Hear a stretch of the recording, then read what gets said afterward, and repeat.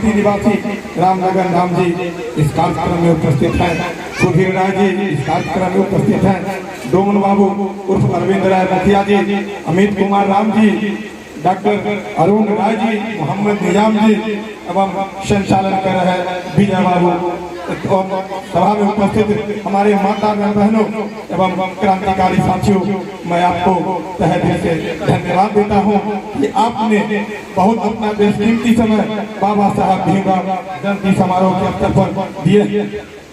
हम पंच के माध्यम से कहना चाहते हैं कि बाबा साहब भीमराव अम्बेडकर ने जो शक्ति संविधान के माध्यम से प्रदान की, वह भारत ही नहीं पूरे दुनिया काबिल है। और भारत के संविधान को पूरे दुनिया के विद्वानों ने नकल किया और भारत के संविधान को अपने संविधान लागू अपने देश में किया। इसलिए इस मंच के माध्यम से बाबा साहब ये ऐसे शक्ति थे जो हमारे समाज के, बहुजन समाज ही नहीं, स्वर्ण समाज में जो महिलाएं की व्यवस्था थी भारत के अंदर, आप जानते हैं कि महिलाएं किस तरह प्रताड़ित हुआ करती थी। आप देख लीजिए कि अगर कोई जितिया व्रत करता है, हम एक उदाहरण देना चाहते हैं, आप जितिया व्रत करते हैं तो आप क्या कहते हैं कि अपने पुत्र को लंबी आयु के लिए आप जितिया व्रत करते हैं।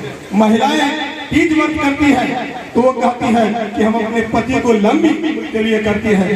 क्या इस भारत देश में महिला के लिए कौन पुरुष आगे आते हैं जो उनके लिए जितिया करती है कि हमारी पत्नी को भी लंबी आयु हो? ऐसा कोई नहीं करते हैं। लेकिन बाबा साहब भीमराव अम्बेडकर ने संविधान के माध्यम से महिलाओं को अधिकार दिया। इसलिए ये नहीं कह सकते हैं कि बाबा साहब भीमराव सिर्फ दलित के नेता थे और दलित के शुभचिंतक थे। हम वर्ग के हमारे बाबा साहब अम्बेडकर थे। किनके लिए नहीं लड़ा बाबा साहब अम्बेडकर ने?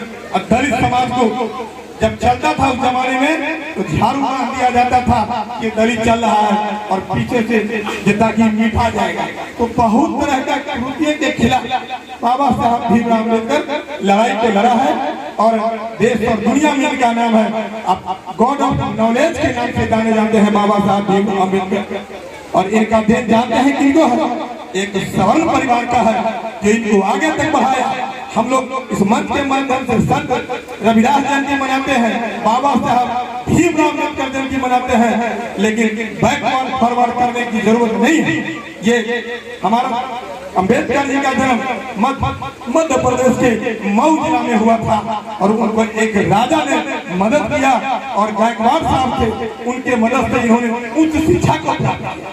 तो हम ये नहीं कर सकते हैं। और जितनी बहुत जगह देखिएगा, समस्तीपुर के अंदर चले जाइए, के हनुमान, आप बराम बहादुर सिंह उच्च विद्यालय में चले जाइए, आप देखिए वहाँ तमाम स्वर्णों ने स्कूल दिया है। क्या उसमें क्या दलित के बच्चा नहीं पढ़ते हैं? उसमें भी दलित के बच्चा पढ़ते हैं। लेकिन बहुजन समाज 80% 85% हम लोग बहुजन कहलाते हैं और 15% हम लोग स्वर्ण बनने से कहलाते हैं। तो इस जयंती समारोह में लाते हैं हम लोग दो नेता को देखे कि आपस में भिड़ंत होने लगा। ये सच है कि जिस तरह से रामनवमी के दिन हथियारों से लैस होकर के रामनवमी जयंती मनाई गई, इस तरह से भारत की सौहार्द और वातावरण बिगड़ता है। ऐसा नहीं होना चाहिए। लेकिन कुछ लोग ऐसे समाज में सांप्रदायिक लोग हैं जो जानबूझ करके बिगाड़ते हैं। कोई धर्म, कोई मजहब आपस में लड़ाई नहीं सिखाता है कि तुम लड़ाई करो, लेकिन हम लोग आपस में लड़ जाते हैं। इसमें बुद्धि की कमी है, इसलिए हम लोग लड़ते हैं। बाबा साहब अम्बेडकर संविधान के माध्यम से खासकर दलितों के लिए 2 वोट का अधिकार मांगना चाहते थे, लेकिन महात्मा गांधी जी रूस गए। वह चाहे कि अम्बेडकर अगर 2 वोट का अधिकार होगा तो इसी देश में दलित भी रहता है और अन्य भी वर्ग के लोग रहते हैं, लेकिन यदि 2 वोट मिला तो बहुत बड़ा जुल्म हो जाएगा। तो अम्बेडकर जी ने कहा कि नहीं गांधी जी, अगर ऐसा आप नहीं करते हैं तो हम हर जन के लिए एक हर्जिस्तान बना दो, जहाँ पृथक देश का स्थापना होगा, हम वहीं पर बसेंगे जहाँ कोई भेदभाव नहीं होगा।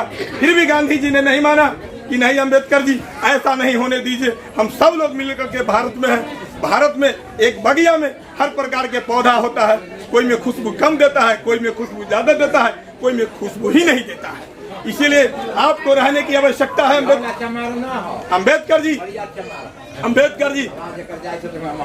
जी रहने की आवश्यकता है। आप रहिए। तो अब अम्बेडकर जी माने और पूना पैक्ट हुआ और उसी पूना पैक्ट के माध्यम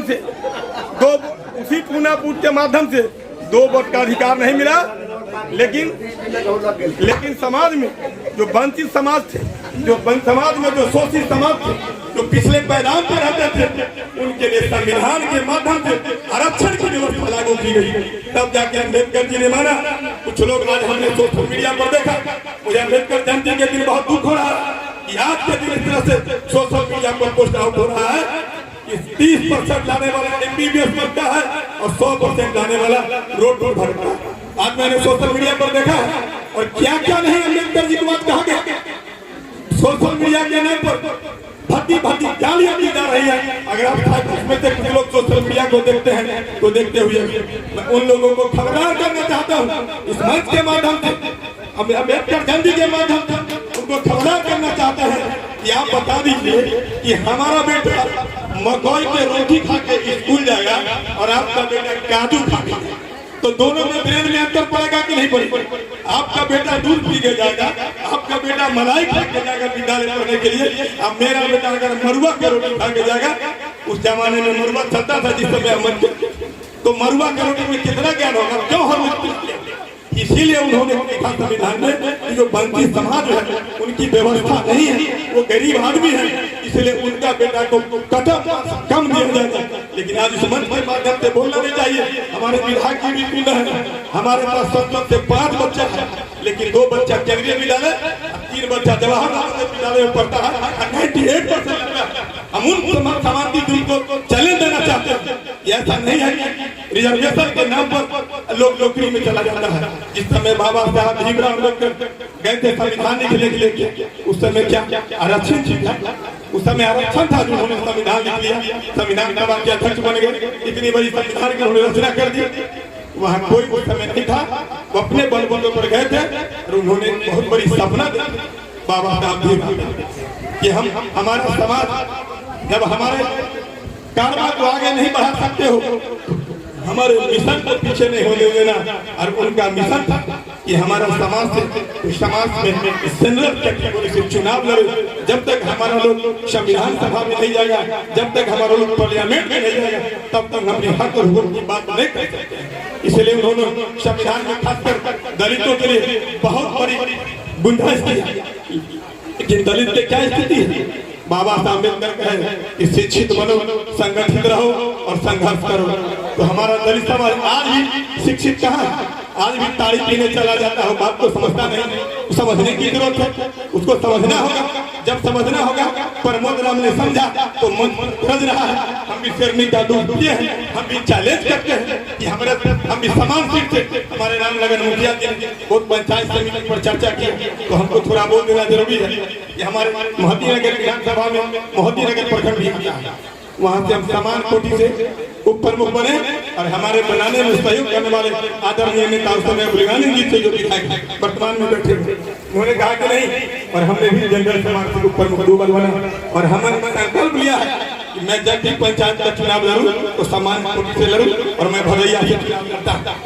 इसलिए साथियों, इसमें बाबा साहब भीमराव अम्बेडकर जयंती के माध्यम से जो वंचित समाज, जो शोषित समाज, जो पीड़ित समाज, चाहे किस जाति के, उनको उत्थान करने के लिए हम लोग इस तरह के मंच लगाते हैं ताकि जन जागरण पैदा लेगा और लोगों में बुद्धि का क्षमता होगा। और इनका मूल निवासी वाले हमारे भाई साहब जो संस्था चलाते हैं कि जय मूल निवासी कहो 85 जय मूल निवासी, तो इनका अपना कार्यक्रम है, इनको भी करना जरूरी है क्योंकि पुरानी संस्कृति सत्ता के माध्यम से ये भी अपना जागरूक करने का काम करते हैं। तो इन्हीं संसदों के साथ मैं अपनी वाणी को विराम देते हुए जय भीम, जय भारत।